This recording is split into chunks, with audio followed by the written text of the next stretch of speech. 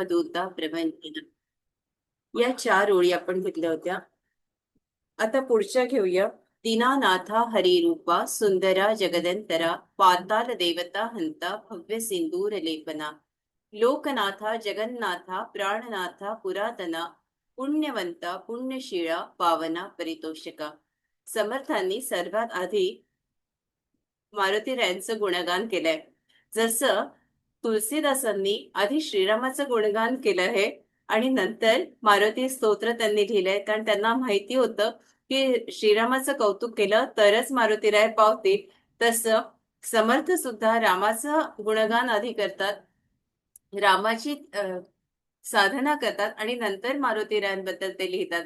कारण 13 कोटी जप जेव्हा केला तेव्हाच कडकडून मारुतीराय त्यांना भेटले होते. आणि दुसरं म्हणजे समर्थ ज्या कुळात जन्मले त्या कुळात 22 पिढ्यांनी रामाची तपश्चर्या केली. तेव्हा 23वा जो होता ते समर्थ, ते जन्मतःच त्यांना एक छोटस शेपूट होतं असं म्हणतात. आणखीन एक किस्सा असा आहे की तो जरी पुढे आलाय तरी तो आताच सांगणं उचित ठरेल. की जेव्हा एकदा सज्जनगडावर समर्थ जेवत होते आणि त्यांचं एकदा ताट वाढलं जायचं आणि नंतर सहसा कोणी त्यांना वाढायला जात नव्हतं. पण वेणाबाई तेवढ्याच अधिकारी होत्या आणि त्यामुळे एकदा काय झालं की एक पदार्थ समर्थांना वाढायचा राहून गेला. आणि मग वेणाबाई चकचकल्या की अरे, हा समर्थांना काही वाढला नाहीये. आणि मग त्या हळूच जातात, दार उघडतात आणि जे बघतात ते की मारुती राया आणि समर्थ एका ताटात बसून जेवतात आहेत. त्यांनी जेव्हा मारुती रायाचं रूप बघितलं तेव्हा त्यांना घेरी आली आणि त्या अक्षरशः पडल्या. कारण मारुती राया त्यांना बघताच काहीतरी म्हणजे काहीतरी त्यांनी संवाद साधला असं म्हणतात. आणि त्यावेळेला जेव्हा त्या पडल्या तेव्हा समर्थांनी थोड्या वेळाने त्यांना काहीतरी त्यांच्या अंगात पाणी शिंपडलं आणि त्यांना जागं केलं.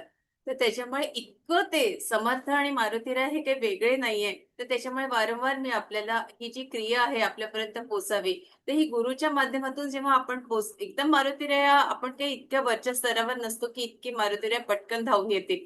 मग आपण आपल्या गुरुच्या माध्यमातून जेव्हा यांना आवाहन करतो मारुतीरायांना, तेव्हा मारुतीराय पटकन आपल्याशी कनेक्ट होतात.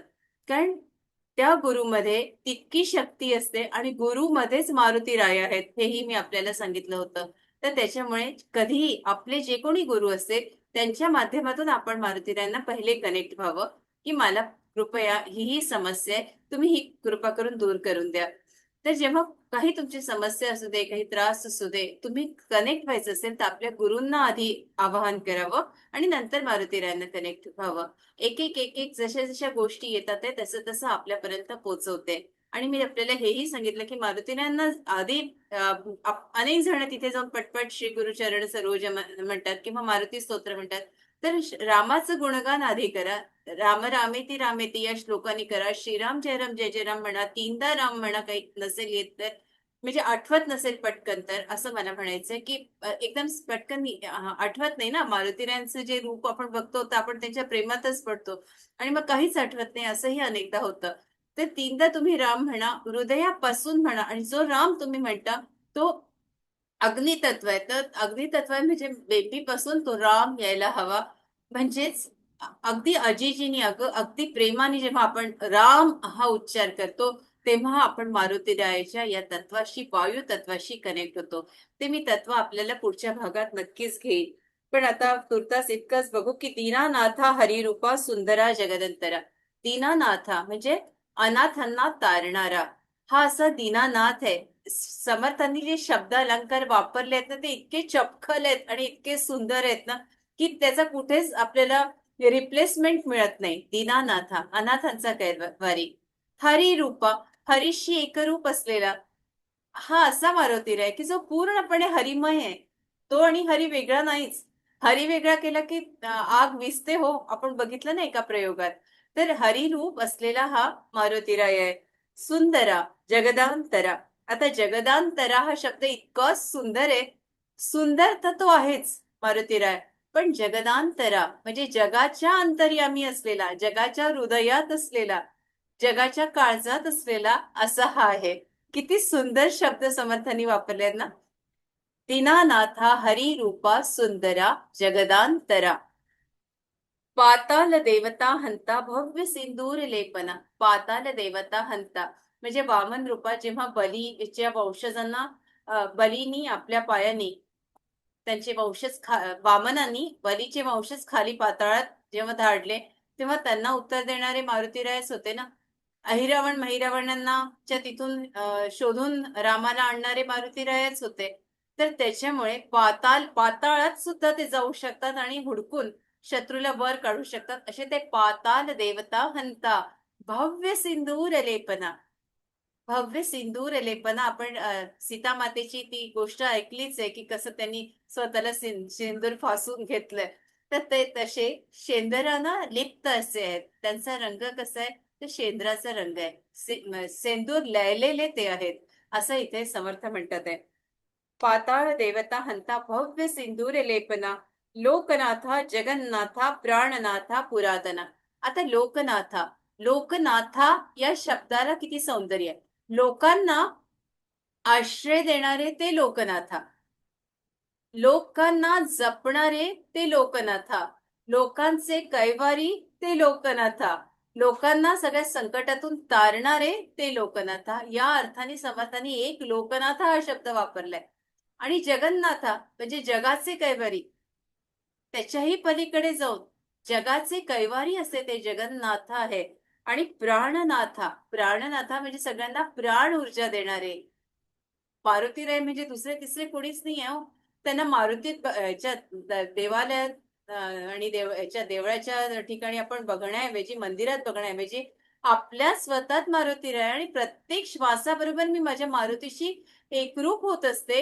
ही जरी कल्पना आपल्या मनात आली आणि आपण त्याच्याशी एकनिष्ठ राहिलो, तरी आपण ऑस्ट्रेलियात असं, अमेरिकेत असं, कारण ममताला माहिती तिथे किती मंदिर आणि काय येते, किंवा जी अमेरिकेतली मंडळी ती सांगू शकते.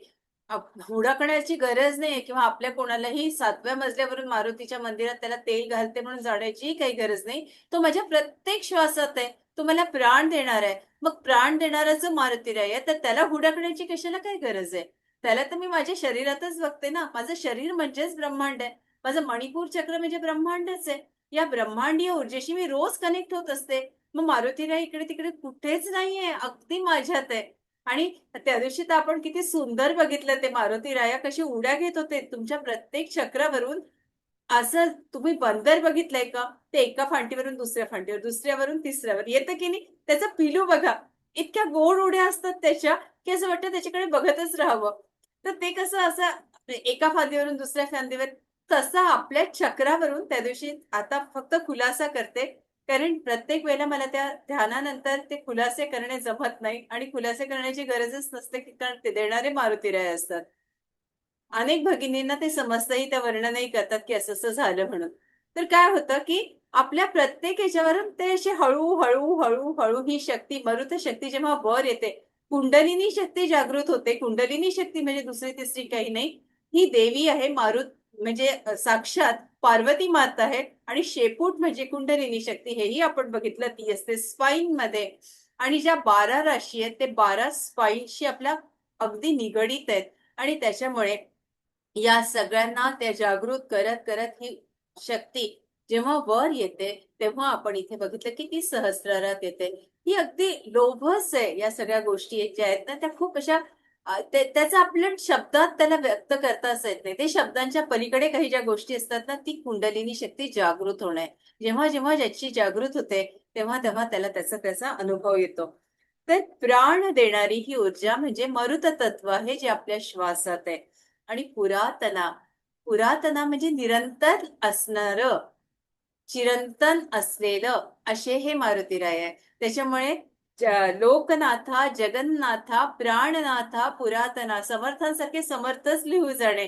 मला असं वाटतं की समर्थांसारखं जे जे जे समर्थांनी लिहिलंय, ते 100% असं आहे ना की त्याच्या तुम्ही काहीच रिप्लेस नाही करू शकत. आपण एक पत्र जरी लिहायचं तरी, नाही हा शब्द चुकला, तो शब्द हवा होता, तो शब्द नाही, असं नको लिहायला, असं होतं आपलं. पण समर्थांनी सगळं एक टाकी लिहिलंय. मनाचे श्लोक काय अगदी सकाळी म्हणायचं होतं, त्या सगळ्यांनी रामदासांनी सांगितलं की कनेक्ट कसं करायचं, लोकांना काय मागायचं. तुम्ही सांगताय की मंदिरासाठी भिक्षा मागून आणा, पण आम्ही लोकांना काय सांगायचं. समर्थ त्या घळीत गेले, रात्री गेले. बरं ती घळ तरी किती दूर आहे हो. तुम्ही बघितलं असेल चाफळची घळ एक आहे त्या ह्याच्यात दोन ठिकाणी समर्थ बसत होते असं काल एका पुस्तकात उल्लेख होता. मला वाटतं शदा पेंडसेंच्या पुस्तकात तो उल्लेख आहे. पेंडसेंनी असं लिहिलंय की एक तर जिथे तुम्ही राम मंदिर बघता की नाही तिथे एक जागा आहे. याच्यासाठी सांगते मास्टर्स की उद्या जर तुम्ही चाफळच्या मंदिरात गेले तर तुम्हाला ते कनेक्ट व्हायला जास्त लवकर जाणवेल. तर तिथे एक गुप्त जागा आहे म्हणतात मंदिरात की जिथे समर्थ ध्यान करायचे. तर तिथे तुम्ही कनेक्ट होऊ शकता आणि दुसरं जेव्हा तुम्ही मंदिराच्या बाहेर येता तेव्हा वीर मारुतीचं तुम्हाला दर्शन होतं आणि या बाजूला आहे ते उग्र मारुती आहे मागच्या बाजूला म्हणजे थोडस अंतर राखून पण ती सुद्धा जे मंदिर आहे ते खूप सुंदर आहे.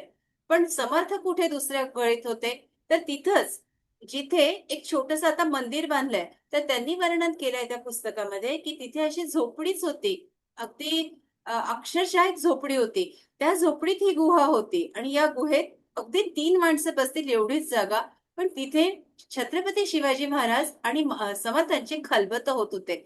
त्या पुस्तकात आणखीन 2-3 माझ्याजवळ पुस्तक आहे. अगदी जर तुम्हाला लेखक वगैरे वाटलं तरी मी त्याचे संदर्भासहित आपल्याला सांगेन, की तिथे त्यांनी हेही सांगितलं, की आपण बघा छत्रपती शिवाजी महाराज जेव्हा बोलत देवीशी कनेक्ट होत तर ते एक मंत्र पण म्हणत होते. जय जगदंबा हा मंत्र त्यांच्या मुखात असायचा. आणखीन एक मी आपल्याला सांगितलं होतं की समर्थांनी हा त्यांना मंत्र दीक्षा दिली होती. ती पण तिथेच शिंगणवाडी येथे दिली होती. हा उल्लेख आहे. शिंगणवाडीचं मारुती हे थोडे दूर आहेत. म्हणजे चाफळच्या त्या मंदिरापासून शिंगणवाडीचे थोडेसे दूर आहेत. तर तिथे ही त्यांनी मंत्रदीक्षा दिली होती. तर त्याच्यात त्यांनी उल्लेख केलेला आहे की समर्थांनी छत्रपतींना असे कनेक्टिव्हिटी करून दिली होती म्हणजे गुरु आणि शिष्य देवाशी कसे कनेक्ट त्यांना जोडतात याचा दाखला त्यांनी दिला आहे की जेव्हा जेव्हा तुला उत्तराची असेल आस असेल की हे उत्तर मला हवंय तेव्हा तेव्हा तू तुला देवीशी कसं कनेक्ट व्हायचंय आणि मग महाराजांच्या मुखातून देवी कसे बोलत होते. कारण बघा अनेक गोष्टी अशा आहेत की ज्या आपण वाचतो जेव्हा पुस्तकातून आपल्याला जाणवतं की छत्रपती शिवाजी महाराजांना एक तर भगवंताचा अवतार मानलाय. काही लोक मानतात काही लोक मानत नाही आहे ना. काही लोक म्हणतात नाही असं नाही. पण छत्रपती शिवाजी महाराजांनी जे हे राज्य केलं ते एक दैवी शक्ती तर त्यांच्यात होतीच ना. जसं समर्थ हे मारुतीचे अवतार असं मानलं जातं तसं रामाचा अवतार छत्रपती शिवाजी एक अंश अवतार हे छत्रपती शिवाजी महाराज होते असंही अनेक दाखले आहेत. किंवा गौतम बुद्धांना याचा भगवंताचा अवतार मानलं जातं. बुद्ध लोक ते कबूल करत नाही. पण हे आहे की बुद्धांनी हा रामाचा अवतार घेतलेला आहे. तसेच छत्रपती शिवाजींच्या महाराजांच्या बाबतीत म्हटलं जातं. तर तिथे त्यांनी हा उल्लेख केलेला आहे समर्थांनी की महाराजांना त्यांनी देवीशी कनेक्ट करून दिलं होतं आणि त्यांनी सांगितलं की तुला याची खूप गरज आहे की जेव्हा जेव्हा गरज पडेल तेव्हा तू जगदंबेशी कनेक्ट जोडून घे स्वतःला. जगदंबा तुझ्या मुखातून बोलेल आणि तुला त्याचे उत्तर मिळतील. आणि ह्याचे अनेक दाखले आपल्या म्हणजे जेव्हा जेव्हा आपण महाराजांचं चरित्र वाचतो तेव्हा तेव्हा आपल्याला येतात. असं जो संदर्भ आला तो मी इथे फक्त पूर्ण केला. तर हा दुसरं मी आपल्याला हे सांगितलं की ती जी गुहा आहे त्या गुहेत तुम्ही नक्की जा. आपण थोडे लठ्ठ असाल ना तर तेवढा पराक्रम आपण करू नका प्लीज. कारण समर्थ खूप धिप्पाड होते. ते पटकन सहज चपळाईने यायचे आणि त्यांना सगळ्या सिद्धी वगैरे प्राप्त होत्या. ते कशातूनही निघायचे आणि कशातूनही कारण ते मारुतीचा अवतार होते. पण आपण जर थोडं लठ्ठ असाल किंवा गुडघे वगैरे दुखत असतील तर तो कृपा करून नाही तर म्हणाल तू मला सांगितलं आणि आम्ही गेलो आणि आम्ही अडकलो तिथे असं करू नका. कारण त्या 3 पायऱ्या अशा ज्या आहेत ना तिसरी पायरी थोडीशी खाली आहे. तर त्याच्यातून आपल्याला थोडी भीती वाटते की मी खाली गेली तर वर येईल की नाही म्हणून असं. आणि दुसरा समर्थाने जिथे मनाचे श्लोक लिहिले ती गुहा तर इतकी दूर आहे इतकी दूर आहे. मी त्याचं आपल्याला आधी वर्णन केलं होतं की जवळजवळ 6 वाजता आम्ही तिकडे गेलो आणि नंतर पोचायला 7:30ची वेळ असावी. 1.5 तास लागला आणि त्याचा तो जो रिक्षा होता तो इतका छान होता की तो खूप आवाज प्रत्येक त्याचा पार्ट आवाज करत होता. तो चढावाचा रस्ता आणि तो मला म्हणाला की म्हणजे ते खूप जंगल आहे. तुम्ही जर बघितलं असेल चाफळचं जरूर जाऊन या 2 दिवसासाठी 3 दिवसासाठी. तर तिथे तो रिक्षावाला म्हणाला की इथे ना आता अर्ध्या तासाने वाघ सिंह येऊन जातात. इतका सहज म्हणाला की जसं मांजर कुत्र येत तितक्या सहज तो म्हणाला. म्हटलं अर्ध्या तासाने येतात म्हणजे काय ते घड्याळ बघून तर येतच नसेल की आता 8 वाजले ना आता आपण जायला पाहिजे, 8:30 वाजले आपण जायला पाहिजे. असं तर काही नसेल ना? तर म्हणाला, "काही हरकत नाही, तुम्ही आरामात बघा, मी थांबतो इथे." म्हणजे तो इतका निश्चिंत होता. इथून साप जातात, इथून हे जातात. घनदाट आहे ते, घनदाट जंगल आहे. कुबडी तीर्थ आहे तिथे, तिथून समर्थ पाणी काढायचे. त्याला त्या लोकांनी अपभ्रंश झालाय. कोंबडी तीर्थ म्हणतात. ते कोंबडी नाहीये, कुबडी तीर्थ आहे. तर ते कुबडी तीर्थ तिथून जी वाट आहे, समर्थांचं ते अनेक जण जाऊन आलेत मला वाटतं. तर ते जरूर बघा. मनाची कारण ती जागा ना सहसा कोणी सांगत नाही. ती जागा दूर आहे.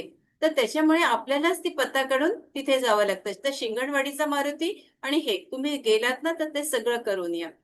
तर तिथे समर्थांनी आणि अगदी दूर आहे हो, त्याच्यामुळे ना तिथे अशी डेव्हलपमेंट ती झालेली नाहीये. जसं व्हायला हवं होतं मंदिर, तसं तिथे काही झालेलं नाहीये. एखाद्याच वेळेला तिथे जत्रा भरते. त्याचं थोडा खेद वाटलं, की ही जागा किती लोकांपासून वंचित राहिलेली आहे.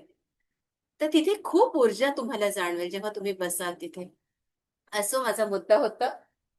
प्राणनाथा, प्राण देणारे असे हे मारुतीराय आहेत. तर लोकनाथा, जगन्नाथा, प्राणनाथा, पुरातना हे चिरंतन आहे. अजूनही आपण जरी गेला तरी तेवढीच ऊर्जा आपल्याला तिथं जाणवते. पुण्यवंता, पुण्यशिळा, पावना, परितोषका. पुण्यवंता, पुण्यवान आहे. पुण्यशिळा, पुण्यशिळा म्हणजे काय? काया, वाचा, मनसा. पुण्यशीळ आहेत. म्हणजे त्यांच्या ह्याच्यात बदल होत नाही हो. आपण म्हणतो ना, याच्या मनात एक आहे, हा बोलतो एक आणि वागतो तिसरंच. असं बोलतो की नाही काही-काही लोकांबद्दल? हो की नाही? जरा अंगठे-बिंगठे दाखवले तर मला कळेल. बोलतो ना आपण, की ह्याचं वेगळंच असतं. हा दाखवतो एक, पण हा तसं नाही करणार. हा नेमकं उलटं करणार. म्हणजे आपण समोरचा माणूस बरोबर जाणत असतो. इथे मात्र मारुतीरायांचं वर्णन करताना त्यांनी सांगितलंय, की काया वाचा मनसा पुण्यशिळा हा सुंदर शब्द त्यांनी वापरलाय. पावना परितोषका. परितोषका म्हणजे काय? तर भक्तांच्या सगळ्या इच्छा पूर्ण करणारे असे मारुतीराय आहे. त्याच्यामुळे फक्त आणि फक्त त्यांना शरण जाणं एवढीच गरज आहे, बाकी काही नाही. मला वाटतं हा मी सगळे प्रकार घेतले त्यांचा हा दुसरा श्लोक घेतलाय. असे विविध प्रकारचे विशेषण त्यांनी मारुतीरायांचं गुणविशेषण या 2 श्लोकांमध्ये केलंय. एक हेही आपल्याला संदर्भ दिला होता, की जांबुवंतांचं एकही मंदिर नाहीये. खरं तर जांबुवंता त्याचा परिवार सगळाच रामरायाच्या सेवेत होता. पण मारुतीराया यांचे सगळीकडे आपल्याला हेही जाणवेल, की रामापेक्षा सुद्धा मारुतीरायांची मंदिरं जास्त आहेत. गावागावात आहेत, शहरा-शहरात आहेत. गुरुदेव श्री श्री रविशंकर यांनी रामायणाची उपमा अशी दिली होती, की आपल्या शरीरात जो प्राण आहे, तो राम आहे. जे मन आहे, ती सीता आहे. आणि जे आपले इंद्रिय आहेत, म्हणजे ते अहंकार आहे असं त्यांनी सांगितलं. पंच ज्ञानेंद्रिय, पंच कर्मेंद्रिय हे हे जे आहे, हा रावण आहे. ही उपमा पण खूप सुंदर आणि छान वाटली. बरोबर आहे ना? आत्मा आहे तो राम आहे, ज्याला आपण आत्माराम म्हणतो. मन आहे ती सीता आहे आणि जो इंद्रिय आहेत तो रावण आहे. तर रावण अहंकार काय करतो आपल्याला नेहमी रामापासून सीता वेगळी होते. आहे ना? रामापासून सीता वेगळी होते. त्याच्यात अहंकारच आड येतो ना. तर ह्याला दूर करण्याचं काम कोण करतं? तर तो रावण करतो. असं एक छान त्यांनी दिलेलं होतं. आपल्यातील अहंकार सीतेना म्हणजे मनाला पळतो आणि सीता आणि राम दुरावतात. अशा वेळी आपल्या आत्म्याला जर मनाला जोडायचे असेल, म्हणजे सीतेचा आणि रामाचा संयोग जर व्हायचा असेल, तर ते काम कोण करतं? तर ते काम आपला श्वास करतो. एखाद्या वेळेला जर आपल्याला अहंकार आला, आपल्याला मीच करते, मी करते म्हणून याचा संसार सुरू आहे. नाहीतर कोणी दुसरी असते तर पळून गेली असती. हा डायलॉग अगदी घराघरात प्रत्येक स्त्री तिच्या ओठावर असतो. युनिव्हर्सल डायलॉग आहे.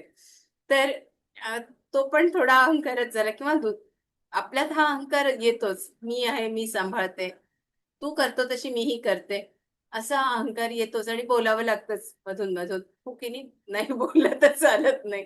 तर हा सगळा अहंकार जो आहे, तर हा जर काढायचा असेल म्हणजेच राम सीता यांचं मिलन करायचं असेल तर या अहंकाराला जर दूर करायचं असेल तर जो श्वास आहे त्या श्वासावाटे जो श्वास मी आत घेते त्यांनी मला अहंकार आला, तो मणिपुरापर्यंत आलाय, म्हणजे कनेक्टिव्हिटी रामाशी जोडल्या गेली आहे. आता ही कनेक्टिव्हिटी तोडायची आहे. आपला पोटावर हात ठेवा म्हणजे आपल्याला जाणवेल की इथे माझा अहंकार आलाय, मणिपुरात आलाय. श्वास जेव्हा तुम्ही घ्याल मणिपुरातून, श्वास जेव्हा बाहेर काढाल तेव्हा हा अहंकार गेलेला आहे. कळलं का तुम्हाला? म्हणजे आपण डिलीट डिलीट करतो की नाही, एखादा विचार येतो, चुकीचा विचार आला की मग तो आपल्याला त्रास देतो. मग हा विचार जर मला विसरायचा आहे तर मग आपण डिलीट डिलीट डिलीट, आधीच्या आपल्या याच्यात आपण बघितलं होतं, आपण करतो की नाही हे डिलीट डिलीट, हो की नाही? चुकीचे जर विचार आले तर ते डिलीट करावे. तर असे विचार हे करताना जसं विनोबांनी सांगितलं राम आणि हरी, हे पण मी आपल्याला सांगितलं होतं. श्वास घेताना विनोबा काय करायचे, राम असं म्हणायचे आणि तो म त्यांचा मणिपरापर्यंत यायचा. आणि हरी म्हणजे हरण करणारा, तर ते मूलाधारापासून तुम्ही हरी म्हणून बाहेर टाका. म्हणजे तो तुमचा जो राग आहे, जो द्वेष आहे, जो काहीतरी चीड आली आहे एकाबद्दल, एका व्यक्तीबद्दल, ते अगदी 5 मिनिटात तुमची दूर होईल. मी पोचते की नाही तुमच्यापर्यंत मला प्लीज थोडस, कारण काय होतं की या माध्यमातून आपल्याला असं कळत नाही. 1+ नॉड कोणाच आहे गड्या? तुम्ही नावं लिहा ना प्लीज. सगळ्यांनी उघडे ठेवा आपले कॅमेरे. राधिका ताई कळते, रोहिणी ताई पोचते का मी सगळ्यांपर्यंत? हा. ते हे राम हरी खूप सुंदर छान आहे राम हरी जे ध्यान आहे, जे मागेही मी आपल्या घेतलं होतं. तर राम हरी हे आता जे जुने साधक आहेत त्यांना सगळ्यांना माहितीये. ओके ओके, प्रवासात आहे पण आपलं नाव फक्त बदलावून टाका. तर राम हरी खूप छान ध्यान होतं, जे विनोबांचं मोठं सिक्रेट विनोबांनी दिलं होतं की मी राम हरी करतो. रामानी मी ब्रह्मांडीय ऊर्जेशी एकरूप होतो आणि हरीनी हरण करणारा हे बाबा तू घेऊन टाक, म्हणून जे काही नकारात्मकता ती मी बाहेर काढतो. हे विनोबांनी सांगितलेलं टेक्निक होतं. आणि आणखीन विनोबा म्हणायचे की जेव्हा जेव्हा तुम्हाला थकवा येतो तेव्हा फक्त साधी तुम्ही आंघोळ करा. मैलोन मैल फिरणारे विनोबाजी म्हणायचे, माझ्या आजोबांनी मला सांगितलं होतं, जेव्हा आपल्याला थकवा येतो, जेव्हा आपली चिडचिड होते, तेव्हा साध्या आंघोळीनी आपल्याला खूप आपलं अंतर्बाह्य आपण बदलून जातो. तर या सगळ्या गोष्टी आपल्या ध्यानासाठी खूप मदतीच्या आहेत. आता या हनुमान चालिसा हे जेव्हा आपण म्हणतो किंवा आपण भीमरूपी म्हणतो, तेव्हा 1 मिनिटात आपण 6 श्वास घेतो. आणि त्या 6 श्वासामागे ही जी ऊर्जा आहे ही हळूहळू हळूहळू आपल्याला हे जाणवतं की ही ऊर्जा जेव्हा आपल्या शरीरात आत आत आत जाते तेव्हा आपण अगदी पावलापासून, म्हणजे जसं आपण पावलापासून हे ध्यान घेतो की नाही, मारुतीरायांची जे नावं आहेत ते आता तुमचे पाठ झाले असं मी गृहीत धरते. आणि रोज सकाळ संध्याकाळ तरी ही नावं घेऊन तुम्ही जेव्हा आपलं कुठलं काम कराल किंवा रात्रीच्या वेळेला हे ध्यान कराल की ही सगळी नावं तुम्ही आठवाल, तेव्हा तुम्हाला जाणवेल की तुमच्यात खूप बदल झालेत, तुमच्यात खूप खंबीरपणा आलाय, तुमच्यात आमूलाग्र बदल होतील हे तुम्हाला तुमचं जाणवेल. हे दुसरा म्हणजे कोणी सांगण्याची गरजच नाही. इतका आत्मविश्वास येतो की अगदी अवघड कामं, अवघड समस्या, प्रसंग आपले म्हणजे जे वाईट प्रसंग होत असतात ते तर टळल्या जातातच, पण अवघड प्रसंगातून सामना करण्याचं बळ आपल्याला मिळतं. तर या ज्या लहरी आहेत, अल्फा लहरी, या शरीरात संपूर्णपणे शरीरात पसरल्या जातात आणि त्याचा परिणाम आपल्याला खूप चांगला होतो. तर आता ध्यानाला बसायचं, काही समजलं नाही असं तर नाही झालं ना? सगळं समजलं, आपल्यापर्यंत पोहोचले. धन्यवाद.